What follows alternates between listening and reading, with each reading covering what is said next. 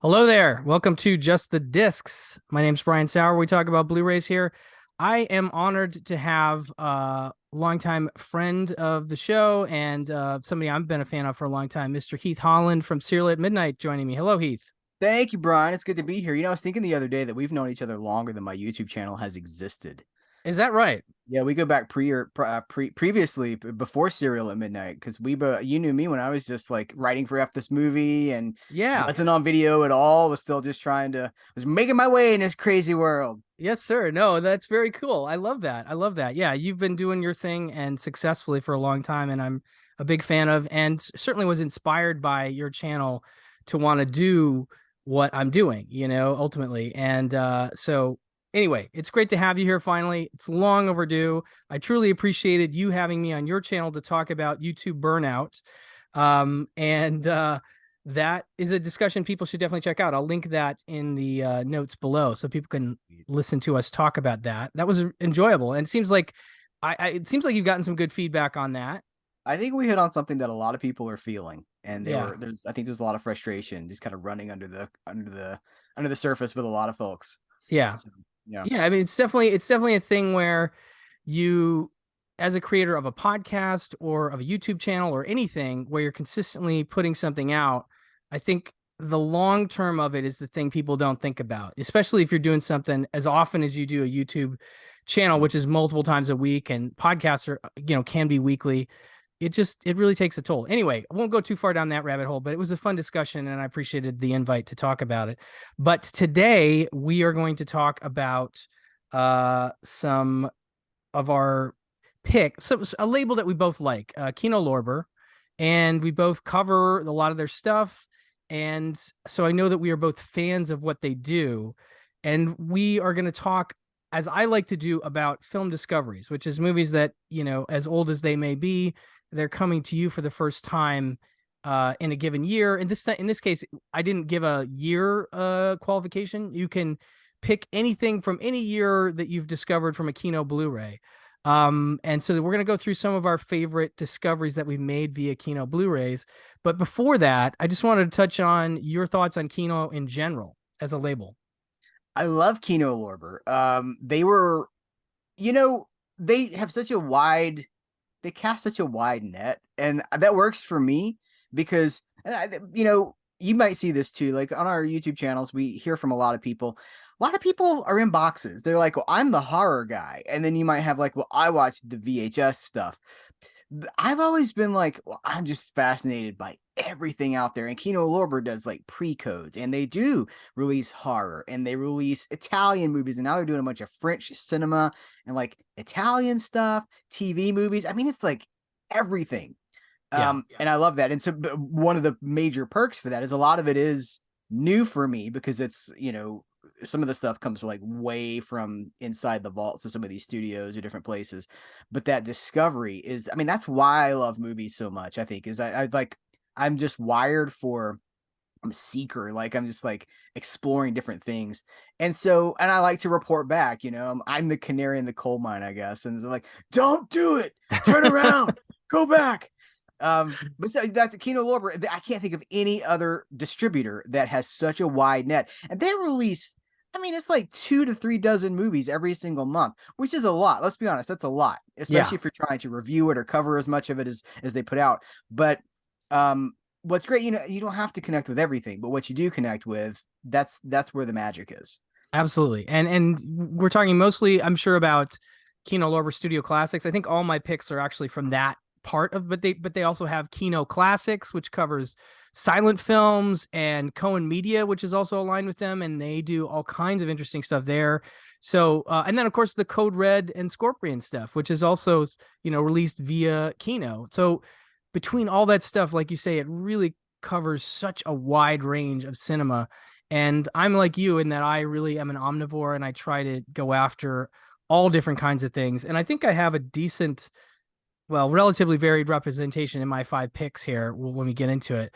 But yeah, it's a label that we both like very much, and I've really been excited to see. I don't have any 4Ks in my picks because a lot of the 4Ks are movies that tend to be a little more well known, and Right.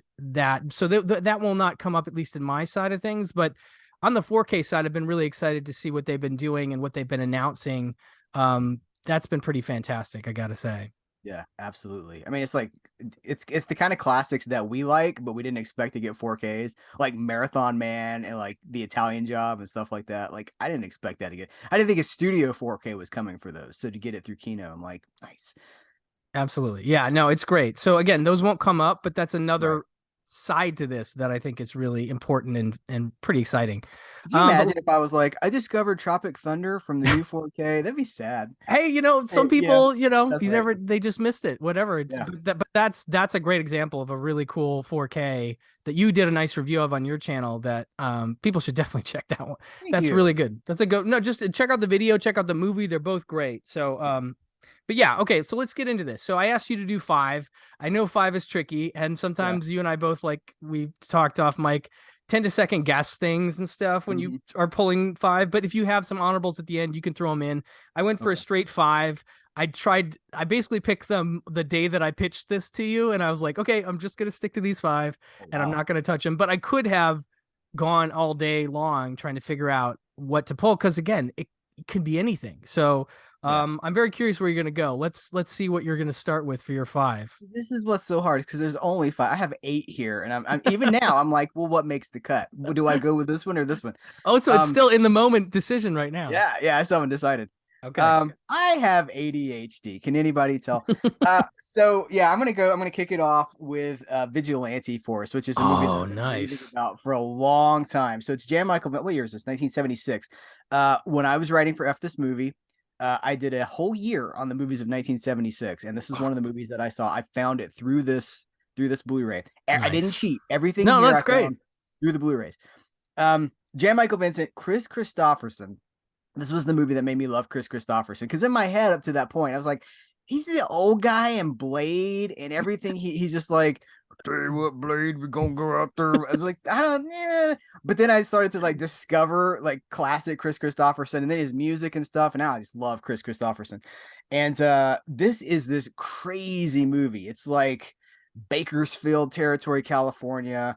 There's like is like maybe oil kind of town. Jan Michael Vincent is living in this town, and it's getting kind of wild. So he brings in Chris Christopherson to help him kind of clean it up. And the dude just takes over the town. And it gets like aggressively, like it just builds and builds. And then like by the end of it, there's explosions. There's like, like people jumping in and there's explosions. But you're like, how did this movie turn into this? It's crazy. Bernadette Peters is in this. Oh yeah. Victoria Principal is in this. It's produced and let's see, written and directed by George Armitage, and Oh, that's right. it's fantastic. So yeah, I totally forgot that was an Armitage. I literally just got the shipping email from Radiance for Miami Blues, which is also George Armitage. So that's super cool. Yeah, no, that's a great pick. A movie I have on Blu-ray and I enjoy, but I had not thought about for several years, and now you got me yeah. excited to actually watch it again. I've got a lot of classics in this first half here. I'm going to start with one of my favorite guys, and that's W.C. Fields. And boy, I got to say, as a W.C. Fields fan, Kino has really done right by me in the last couple years. This is not my pick, but It's a Gift is literally one of, if you catch me on the right day, I might say my favorite comedy of all time. And Wow. it finally got a Blu-ray, and I just couldn't have been happier with that. So you got your It's a Gift, you got The Bank Dick, Man on the Flying Trapeze, You Can't Cheat an Honest Man, Never Give a Sucker an Even Break. It goes on and on, This is right? where you cheat. This is why you have more movies. You have more than No, no, 5. you're right. No, but see, but those aren't discoveries. These I had seen before. Right. So technically I can't count those. But this one I can count, and that's You're Telling Me. And this is from 1934. I love these. The other thing that's neat about this, and maybe you and I have talked about running time, I'm not sure, but running time as you get older is really a big deal. Like when you're Yeah. going to put on a movie, if it's 3 hours versus this is a 66-minute movie. So you got to be happy with a compact, very funny. Anyway, this is a super cute, maybe the most adorable W.C. Fields movie I've ever seen, where he plays a small town inventor who is definitely seen as the black sheep of his, little village, his little community. And through a weird accident, he ends up in a train car with this woman who turns out to be like a princess. and she's coming to visit this small town, and not really knowing who she is, he kind of lays out some of the stuff he's got going on with his family, just like he's having some trouble with his family. And it's actually kind of an emotional little scene. And she totally is sucked into it and decides she really likes him a lot. And so again, he doesn't know who she is, and he goes and leaves and goes on his way. She knows who he is and goes into this town and basically tries to sell everybody in the town on how great he is, how great his inventions are, make him the toast of the town. And it is just the sweetest movie ever. And it's still really funny in that W.C. Fields way, but it's just so gentle in other ways that some of his other films aren't. But I absolutely love it.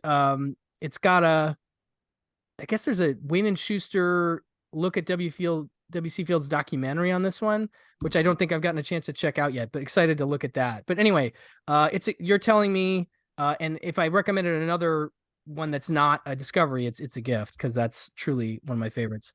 But yeah, W.C. Fields to kick it off.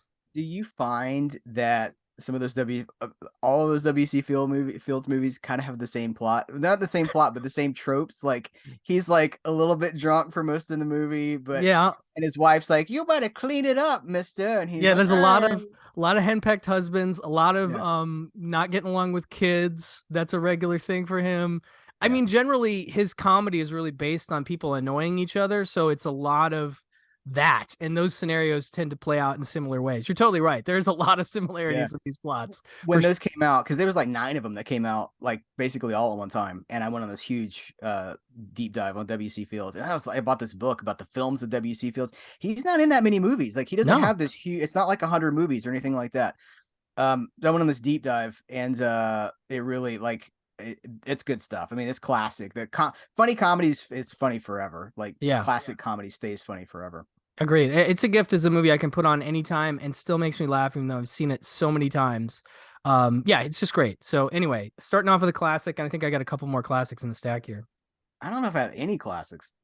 I'm The not sure where balance to is go. All right, I'm gonna go with this. So my next one is a 1971 movie called Zachariah. very nice. They call it the first electric western, and it really is. So it's a psychedelic western, and it starts, there's like this, it's like this guy on a horse riding through the desert, and you're just like, well, it's just like, silent, this huge helicopter shot, and then it's just like, and it's like the camera zoom, it's like this band in the middle of the desert I playing. remember the shot. It's I think great. it's the James Gang. It's either the James Gang or Country Joe and the Fish, but I think it's the James Gang. And I just think like, you're right. it's like a music video, right? But this is 1971, and they're just like rocking out in the middle of the desert. And it's like this really interesting psychedelic experience. Don Johnson is in this. Oh, I didn't even know Don Johnson was active in cinema in 1971. I mean, he's a yeah. baby. He's like, I don't know, 18 or something like that. I mean, there's actually not a whole lot to say about it, because it's not like a plot-driven movie. It's kind of just like, you just vibe with it for a while. Totally. It's a great cult Yeah. Western. Almost, there aren't too many like it at all. And that's a really neat. I remember that one came out on an Anchor Bay DVD, and I was like, "Oh, what is this?" Because they put out so much cult stuff. Yeah. And I saw it then, and then this Blu-ray came out, and I was like, "Oh yeah, that's super cool." And a movie that I think was off video for a long time because of the music. I think. I think you're right. Yeah, Yeah. because it's got a lot of it in there. Yeah, very cool choice. I like it. Nice. Awesome, Zachariah. Okay. So my next one is this pre-code? No, it's 35. So not quite pre-code, but this one I have to give credit to the New Beverly, because they played it recently as a double bill of Claudette Colbert films, with this film, which I hadn't seen, and another film called Midnight with her and Don Amici, which is fantastic, written by Billy Wilder. And that one doesn't have a Blu-ray yet, so I'm hoping maybe we'll get a Blu-ray from Kino. It's a Universal movie. They've done Universal. Anyway, this one I'd never seen. This is super, also adorable, called The Gilded Lily, and again from 1935. And it stars Claudette Colbert, and there's a trio here. You have Fred MacMurray, and I really love young, funny Fred MacMurray, along with Ray Milland. And the idea is that Fred MacMurray is a wisecracking newspaper guy, which is obviously a big trope of 30s films in general, who hangs out with Claudette Colbert, who's like a secretary. And the movie opens with them in a park, on a park bench, just kind of watching people and eating popcorn. And it opens with this great speech that Fred gives, where he's talking about how popcorn is the best snack for watching people because you don't have to look down. And anyway, so they're friends, but he clearly is kind of into her. And then it's this whole machination of stuff happens where she meets, again, this is sort of similar to you're telling me in a way, because she meets Ray Milland. He turns out to be a prince. I didn't even realize the connection I had between these two. A lot of those. Yeah, there is a lot of that stuff, right? Yeah. And so then he doesn't tell her, and they start dating, and then he goes away because he's actually engaged to another girl, and he's called back to England because they're like, oh, people are taking pictures of you with this woman. You're gonna get in trouble if you don't come back and fix this. He leaves unannounced. She's pissed. Fred McMurray decides to turn it into a newspaper, like basically not a meme, but like something where like she's seen as the tossed off lover of, he calls her the woman that said no. So basically he's saying that she turned him down, this prince, and she becomes this phenomenon in the papers, and she gets famous, and it becomes this whole thing. And then she's dealing with that side of things and getting back together with Ray Milland, or should she get with Fred McMurray? Who knows? But anyway, it's a super cute story, really neat, witty dialogue, great stuff. Who's this directed by? Wesley Ruckles. I don't know that guy particularly, but anyway, I thought this was a really delightful movie, and I'm a big Claudette Colbert fan, and I hadn't even heard of it. So Gilded Lily is my next one. I just discovered her in the last couple of years. Like I knew like Cleopatra, I knew who she was, but I hadn't seen a lot of her movies outside of just like 2 or 3 of them. And then I started like those deep cuts. I was like, oh man, yeah, I kind of fell in love with her, to be honest with you. She's amazing, man. She really is. I don't know where. All right, I'm gonna go with this one. All right. Some of these have like Quentin's. I know your friend. Like 5 minutes before we were about to roll, I was like, oh wait a minute, he knows Quentin Tarantino, and like Quentin's. He's like states his claim on some of these movies. I was like, you know what? Do I talk about him? We'll do it anyway. I think you should. What's so bad about feeling good? That's a great one. This movie is about a pandemic.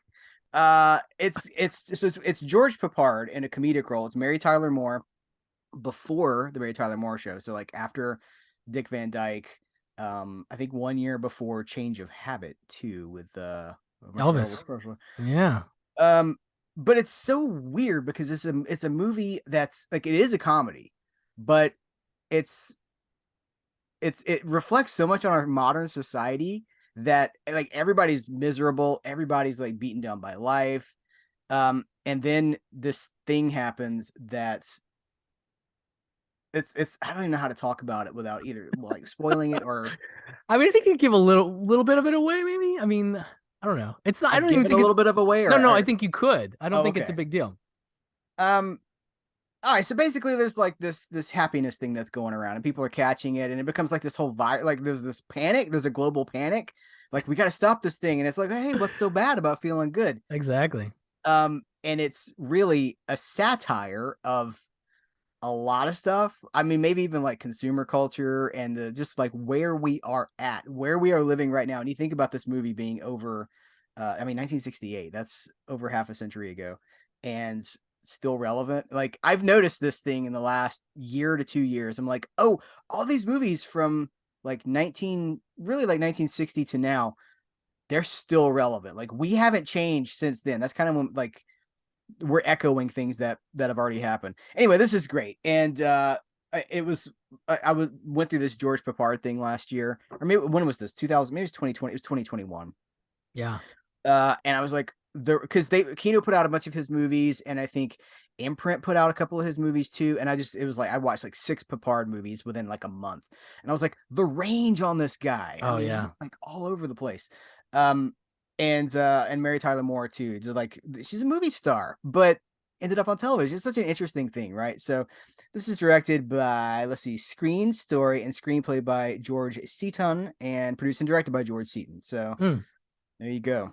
Yeah, no, that's a really great choice, Heath. I had totally forgotten about that, but that's one of those great ones. Well, Quentin definitely. I don't want to say like we're friends or anything. I'm aware he knows who I am, I guess, and he's been on my show a few times, and really sweet to us at Pure Cinema. But he's definitely somebody you and I both followed for a long time. So just in terms of what he likes, I've always been excited about.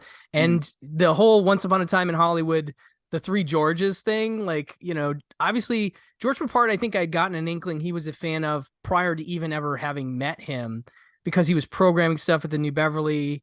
And even maybe I'm trying to think if he programmed stuff way back at the Draft House stuff he would do in the early 2000s.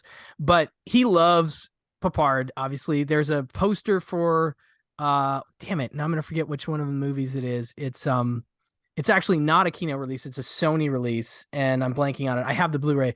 But yeah, seeing the stuff like PJ and Newman's Law come out, I'm sure you got those handy. Yeah, those are great. Honorable mention for PJ. Now I can throw it over here. No, that's great. That's a really good choice. But I don't think that it had a physical release, but I know what's so bad about Feeling Good, I don't think it had ever been on home video. Yeah. So that's really exciting. And so when he played it, when he played at the New Bev, I was like, how can I see this movie? At the time, that Blu-ray wasn't out, and I was like, oh shoot, I can't even watch this.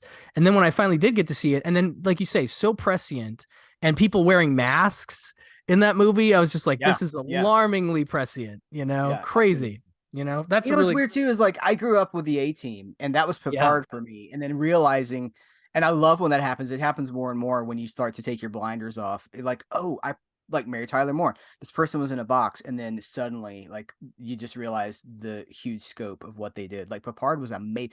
The Carpetbaggers. Oh yeah, crying out loud, dude, so good. He's amazing. All right. No, yeah, definitely check out more Papard. That's one thing I'd love people to take away from this, because that's great. Okay, I got one film noir I worked in here. This is one I discovered last year, and this is Shakedown. I'm sure you saw this one. 1950, directed by Joseph Pevney. Really fascinating and very enjoyable film noir with Howard Duff, who I believe was married to Ida Lupino for a period. I don't know for how long, but I always found him to be, for whatever reason, just a little bland, just not interesting as an actor to me. And then I saw this movie and I was like, okay, hang on a second. This is not what I expected. Because in this movie, he plays, it's kind of like a proto, what's the Jake Gyllenhaal movie that I can't think of right? Nightcrawler. It's a little proto Nightcrawler in a way, because he's a photographer. He's trying to break into the newspaper game, but he's not so scrupulous that he wouldn't necessarily like try to endanger somebody to get a photograph. Like there's a bit at the beginning where he's trying to get on the newspaper staff, and this woman, there's a fire, and this woman's standing in a window, and he's like, just hang on a second, let me get a picture. She's standing in a burning building, you know, and so he's clearly doesn't care about what he has to do to get these pictures. And then he starts to get involved with this gangster played by Brian Donlevy, where he actually it's a clever bit where Donlevy is this gangster who is in the public eye, but it's kind of known that he's a gangster, but he's disguised it enough that he's not arrested. But there's never been a really good picture of him because he tries to avoid press. And the Duff character says to the paper guy, I can get a picture of him. I will do it. And he finds him and he's like, look, you know, there's not a really good picture of you. You know, he stops him before he's getting into a car. There's not a really good picture of you. Like, I can either take another shadowy picture of you, which just makes you look sinister, or we can pose for like a proper picture, and that actually makes you look better. I'm just saying, we can do it either way. And the guy totally falls for it. And then eventually he starts to become involved with this gangster and kind of work with him. And it gets kind of underhanded. And it's got a really great ending. I just absolutely love this. So this one is one of my favorite noir discoveries from recent history. So that's Shakedown. That's a good one. And it's like 75 minutes too, if I remember correctly. Yep. Right on the mark. Really lean and mean. Yeah. Isn't that the movie where there's like a car driving erratically and they like just follow the car and see what happens? And then he's there on the scene when isn't that what happens? I think so. I think that's one of the few things that he picks up in terms of his stuff. He's always looking for something bad, basically. Yeah, that's it. Yeah, he's just like an opportunist looking for. Totally, that's 100%. Not interested in helping. He's just interested in the shot. Absolutely. Where do I go? All right, I'm gonna do this one. So this is a movie I've talked about before in different places. So She is this 1985 post-apocalyptic kind of a movie with Sandahl Bergman, who was in Conan the Barbarian, but it is bonkers. Like, okay.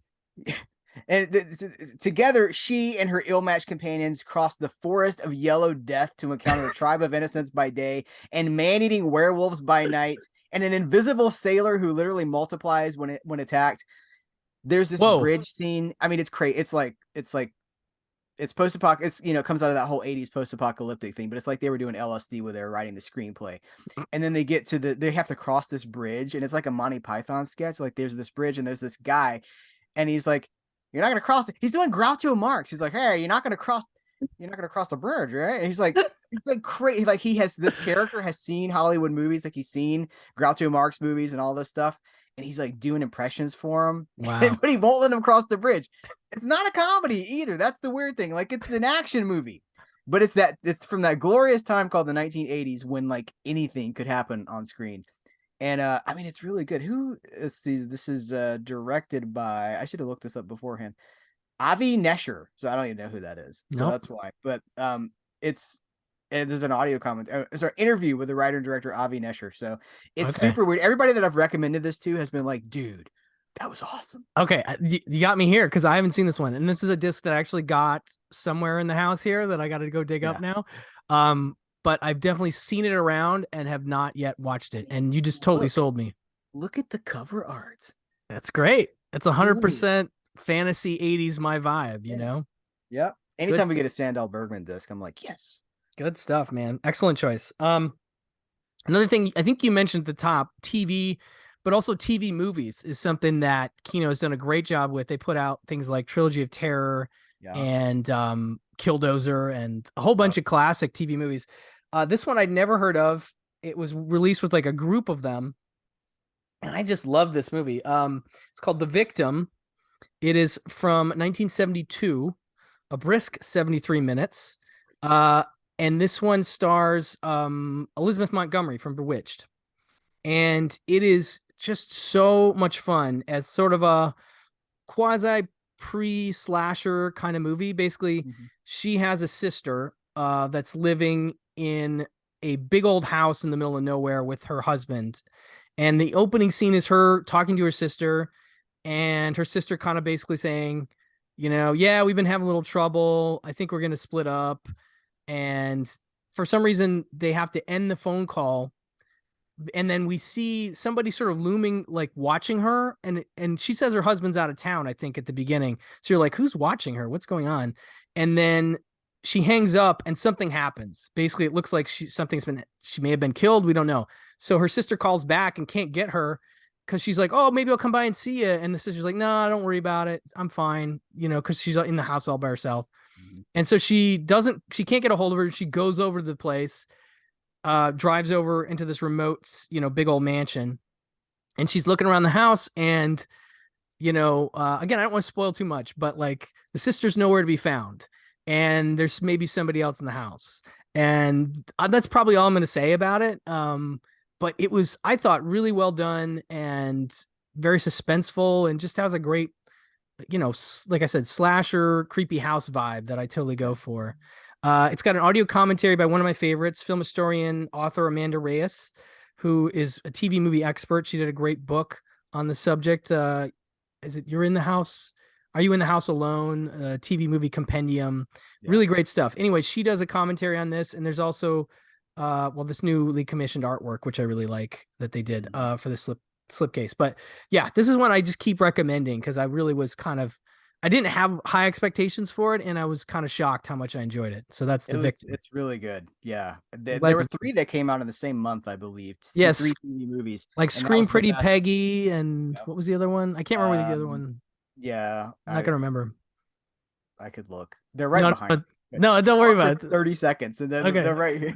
Yeah, there's just something about Elizabeth Montgomery in this, seeing her in something that's not Bewitched, where she's playing something dramatic. I just totally dug that. Like, she's very sympathetic and worthwhile. Don't sweat it, dude. No worries at all. I can't find it doesn't matter because they were okay, but this was for me, that one was great. And that audio commentary, you know, I'd heard Amanda Reyes before, and I knew about the book and stuff, but that was the one that got me to reach out to her and be like, would you do an interview on my channel? And said, that's great. That's great. So you already put that up? I might have missed that interview. Oh yeah, that was years ago now, probably a year maybe. Okay, I'm gonna go back and look at that. I mean like a beast in the best of ways. Like her commentaries, she's just like badoo, like she just goes so well researched.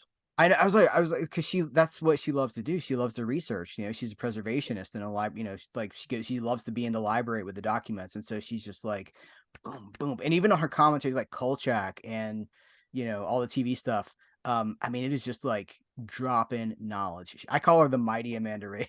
She is that. She is that. I think she did some commentaries on even the Night Gallery, maybe the new one of the new sets. She's all over the TV stuff. She's great. Highly recommended. I'm gonna go with the TV movie to close this out too, because you All went right. with the TV movie, and this is another one I've heard Quentin talk about, but I like it. I'm gonna champion it. This is Pray for the Wildcats. Oh, nice. This is a bizarre. All right, so Andy Griffith, William Shatner, Robert Reed, who was the dad on the Brady Bunch, and Marjoe Gortner, who, if you don't know the history of that guy, look that up, because look up that movie. Look up Marjoe. That's a movie. Yes. Basically, like, it's a business retreat in the middle of the desert. Like, Andy Griffith, I love when Andy Griffith plays bad, because he has like a face in the crowd, and I mean, there's not a lot, but that, like, the thing about Andy Griffith is that Southern charm where he's like, oh, but you twist it just a little bit and it's threatening. It's like, ooh, that's creepy. Yeah.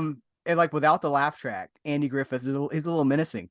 And so he's the bad guy in this movie, and these guys go out on a motorcycle thing in the middle of the desert. They're going out for a team building kind of a thing, and it goes sideways. And it's got really nice cinematography, and it's a really, I mean, I don't know what else there is to really say. I think that cast and the setup totally sells it. Yeah. Oh, Angie Dickinson is in this too. I should also, I want to bury the lead on that one. Angie Dickinson here. It's just great stuff. Yeah, I feel like there's been a little slowdown on the TV movies like the last 6 months, but I hope they keep those coming. I don't know how those are selling. I guess that'll be the ultimate determining factor, but I think that's the thing. Yeah, I think that people, like, we love them, but I don't think there are thousands and thousands of people like you and me out there. So I don't know. That might be the case, but I do hope that there are going to be at least peppered in some more TV movies, because that is such an untapped resource for the hardcore cinephiles. Like, that's something that I've gotten into in the last 5-6 years. Mm-hmm. And boy, it is just a wealth of really interesting stuff. Some true gems, some medium to okay, but still interesting ones, but some really, like, there's one called Trapped with James Brolin that I love, where he gets knocked out by muggers in a bathroom in a department store. And then it's the department store where they let Dobermans out after hours. And so he gets stuck in there after hours trying to avoid getting killed by these Dobermans. And that's one that I've only been able to get, like, bootleg versions of. And I would love to see Kino do a nice Blu-ray of Trapped. But anyway, lots of great stuff there. I'm glad you ended with a TV movie. That's a good choice. Okay, my last one is a 70s cop movie, one of my favorite 70s cop movies of all time. And this one I didn't discover from this release, because this is actually a reissue, but they put it out, I want to say, in like 2017 or 18 initially. Yeah, and it was one that I had always meant to see, but just blew me away. This is Busting from 1974. I think the feature debut of Peter Hyams.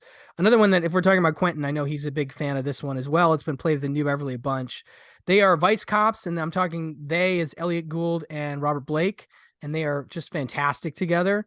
The opening scene is them shaking down a dentist who has a call girl come to his office, and they just are such smart alecky, like, we don't care about your excuses, and we're going to take you down, whoever you are.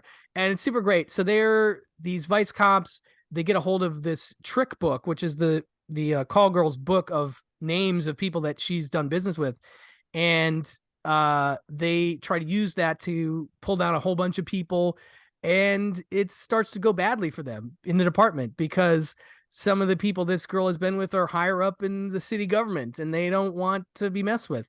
And so these guys start to get themselves in trouble and get themselves into some bad details.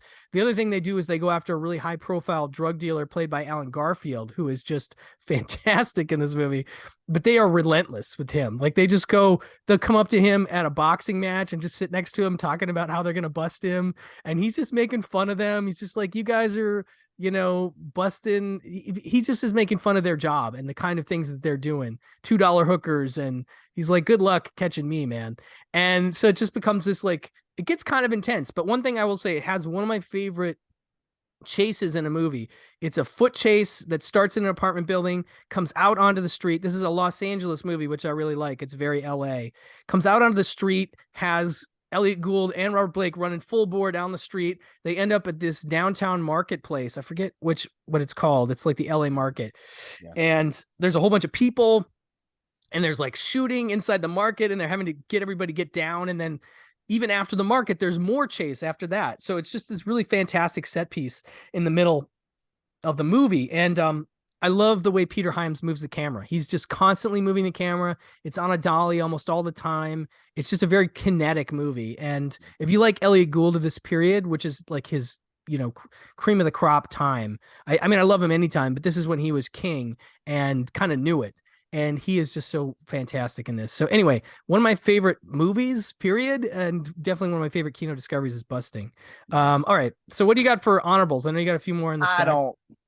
We don't have to. All right. No, do it. Let's do it. I don't want to miss out. Kill Them All and Come Back Alone. Incredible spaghetti western from Enzo G. Castellari. Excellent. It's got this first person sequence where you're like behind the guy with the gun. It's like a video game. Like he's in this like minecart kind of a thing. And he's just like, and the Annihilators, which is this like they came back from Vietnam and the town was dirty. There's so many of these, right? Yes. But this one's really fun. And like it's it's same genesis as like the A-Team or something. It's like, well, we have the skills and the war comes home, right? That kind of a thing. But it's really fun. Yeah, no, those are both great. I like both those a lot. Yeah, Kill Them All and Come Back Alive is truly a gem that I wasn't aware of. Because that's Chuck Connors, I think, stars in that one, right? He's a really interesting actor I've come to appreciate a lot more recently, and that's just above and beyond almost anything else he's ever done for me anyway. All right, that's great stuff, Heath. I really thank you so much for taking the time to come out and do some Kino picks. I hope so much for having me. I love talking about this stuff. This was a blast. That's great. Thanks again. Folks, definitely check out Heath's channel, Serial at Midnight. Heath, where can people find you on socials if you want? Serial Midnight, most places. Serial at Midnight was taken. So Serial Midnight Twitter, I think, and Instagram. But you know what? SerialAtMidnight.com is the hub for everything. There you go. Great. Definitely check out Heath's videos and reviews. I highly recommend that. And thank you so much again, sir. Maybe we can do something like this another time. This was long overdue, so it was a real treat to have you on the channel. Thank you. Thank you so much. Yeah, to be continued. Let's do it again. All right. Thanks so much. Bye-bye, everybody. Bye, guys.